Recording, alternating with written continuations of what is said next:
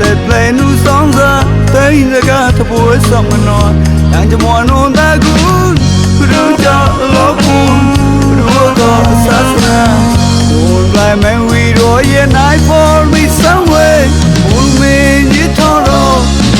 buồn chán cuốn rồi phải có thập buổi qua có xa mẹ thọ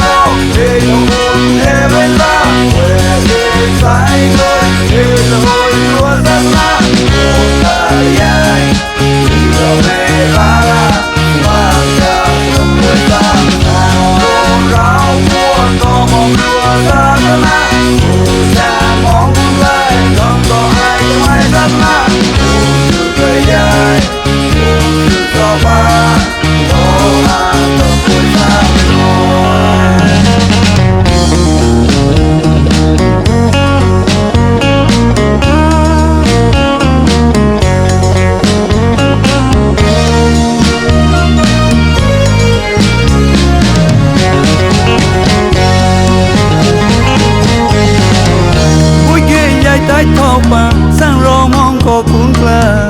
kể tết lên nu sóng ra tới nơi cả thập buổi sông mà nói đang cho mùa nôn ta cuốn ru cho lỗ cuốn rùa có xa xa sọp thề có cla chỉ ta na khóc lúa vì mua huệ cuốn cuốn chán cuốn rô spago thập buổi spago xa mẹ nói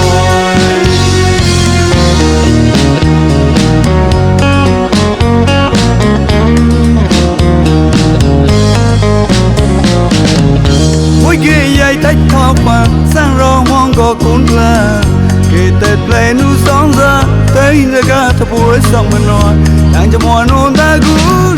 đưa cho lỗ cuốn đua có xa xa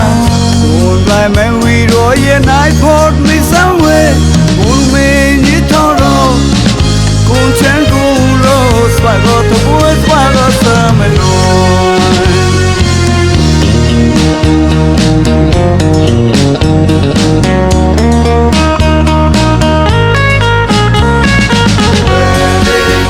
subscribe cho kênh Ghiền Mì Gõ để không bỏ lỡ